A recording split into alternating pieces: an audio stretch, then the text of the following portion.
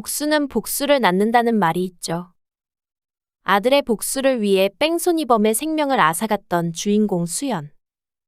수감 기간 동안 하루하루를 고통 속에서 보내고 겨우 출소해 모든 걸 잊고 새로운 인생을 살아보려는 그녀 앞에 뺑소니범의 아들이 나타났습니다. 그것도 남편 수호의 아주 은밀한 비밀을 들고 말이죠. 수연의 남편 수호는 불륜을 저지르고 있었습니다. 설마 했던 부분이 결국 진실로 드러나고 만 것 같은데요. 일단 수연에게 남편 불륜 사진을 보낸 인물의 정체를 소개하고 넘어가야 할 것 같습니다. 그의 이름은 권민혁, 수연이 치어 죽인 가해자 권지웅의 아들이죠. 그는 아버지의 복수를 위해 수연의 주변을 조사하던 중 아주 기가 막힌 비밀을 알게 된 것 같습니다. 그 비밀이란 게 바로 수호의 불륜 사진이었던 것이죠. 이 불륜은 그날의 사건과 아주 밀접한 관련이 있습니다.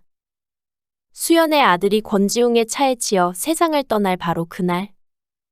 수연은 예정된 일정을 취소하고 아픈 아들이 걱정되어 집으로 돌아옵니다. 수연은 집으로 돌아오기 전 수호에게 몇 차례 연락을 했지만 그의 휴대폰은 흐트러진 침대 밑에서 뒹굴고 있었죠. 아마도 이 장면이 수호의 불륜을 암시했던 것 같습니다. 그날 수호는 아픈 아들에게 감기약을 먹이고 불륜녀와 침대에서 불륜을 저지르고 있었던 것이죠. 그러던 중 갑자기 열린 현관문 소리에 불륜녀는 집안 어딘가에 몸을 숨긴 것 같습니다. 이후 그녀는 수연의 눈을 피해 집을 빠져나갔고 이때 아들 건우가 문 밖을 나선 것이죠. 이번에 수연은 자신이 그날 문을 잠궜다는 사실을 확신합니다. 결국 문을 열고 나간 인물은 수호의 내연녀라는 것이죠. 그런데 건우는 왜 그녀를 쫓아 달려나갔던 것일까요? 아마도 건우는 그녀를 이모처럼 따랐던 것 같습니다. 그래서 그녀의 방문을 대수롭지 않게 생각했을 수 있습니다. 그리고 그녀를 위해 그림을 그려주었는데 그 그림을 전해주기 위해 그날 그렇게 급하게 집을 뛰쳐나갔던 것 같네요. 거리를 달리는 건우의 손에 들려있던 스케치북, 바로 이게 위의 추측을 아주 강하게 뒷받침해주는 증거가 아닐까 합니다. 일단 건우가 꽤나 먼 거리를 뛰어갔기 때문에 상간녀의 정체는 2명에서 1명으로 압축할 수 있습니다. 의심 가는 상간녀 후보로는 옆집 미망인 여자와 유리가 있는데요. 만약 옆집 여자가 상간녀였다면 건우가 그렇게 먼 거리를 뛰어갔을 리 없겠죠. 그러니 상간녀는 아마도 유리가 아니었을까 합니다. 하지만 옆집 여자가 수상한 건 부정할 수 없는 부분이죠. 어쩌면 옆집 아이 희재가 사실은 수호의 혼외자일 가능성도 배제할 수 없을 것 같네요. 아무튼 지금으로서는 유리가 가장 유력한 불륜녀인 것 같습니다. 6년 전 수연의 매니저였던 유리가 갑자기 벼락 출세한 이유에도 수호가 관련되어 있을 것 같네요. 그럼 지금부터 이번에 자세한 이야기 속으로 들어가 보겠습니다. 출소 후 2003년 일어난 양평화재 사건 생존자를 찾는 수연. 그녀는 장영자의 일기장을 그에게 전해주어야 할 사명을 안고 있었습니다. 한편 당사자 선율은 김준을 위해 정적들의 약점을 캐내는 정보원 노릇을 하고 있었는데요. 참고로 김준은 6년 전 뺑소니 사고 가해자를 무죄로 만들어준 배우 세력이었죠. 김준이 무리를 해가며 권지웅을 빼내준 이유는 막대한 이권이 개입된 비리에 두 사람이 관련되어 있었기 때문이었습니다.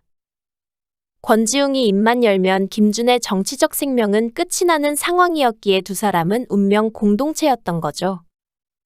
지난 2회에서는 이런 두 사람의 연결고리를 찾아낸 수호가 김준을 추궁하러 갔었는데요. 이때 김준은 수호에게 집 앞 CCTV 영상을 들이밀며 그를 역으로 협박했습니다.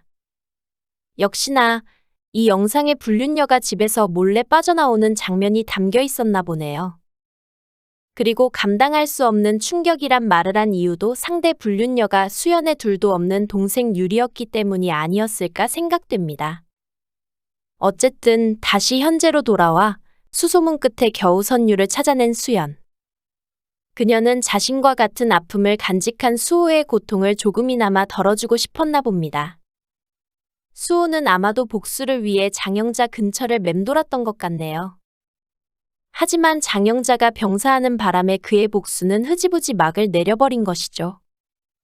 복수를 하지 못했기에 더욱 용서를 할 수 없던 상황에서 수연이 건네준 일기장은 그에게 큰 심경의 변화를 준 듯합니다. 한편 6년 만에 한국으로 돌아온 수호는 대한 언론인 대상까지 거머쥐며 방송국 국장으로 승승장구합니다. 수연은 그런 수호의 출세기를 막고 싶지 않아 그를 밀어내려 하죠. 하지만 수호는 아직도 수연을 잊지 못했고 재결합하기를 간절히 바라고 있었습니다. 수호가 수연을 끌어안고 오열하는 모습을 보면 그가 유리와 불륜을 저질렀다는 추측은 억측이라 생각되기도 했는데요. 결국 불륜이란 게 밝혀지니 수호의 그런 모습이 너무나 가증스러워 보입니다. 과연 불륜녀의 정체가 유리가 맞을지 정말 궁금해지는데요. 여러 정황 중 뭔가 이상하고 부자연스러웠던 부분이 바로 유리가 수호를 부르는 호칭에 있었습니다. 수연과 유리는 친자매나 다름없는 사이였죠. 그런데 유리가 수연의 남편 수호를 형부라고 부르지 않습니다. 당연히 형부라고 불러야 맞아 보이는데 호칭을 수호씨라고 했던 거죠. 역시 이 부분은 아무리 생각해도 뭔가 부자연스러워 보였네요. 한편 이 드라마의 또 한 가지 관전 포인트는 선율이 하고 있는 일이 아닐까 합니다. 선율은 현재 최종 빌런이라고 할 수 있는 김준의 밑에서 일하고 있는데요. 아무래도 선율의 복수 상대는 장영자만이 아니었던 것 같습니다. 선율이 김준의 밑에서 일하는 이유는 그의 곁에 다가가기 위함이 아닐지 추측해 봅니다. 앞으로 어떤 전개로 이어질지 벌써부터 다음 회가 너무 기다려지네요. 구독과 좋아요는 사랑입니다.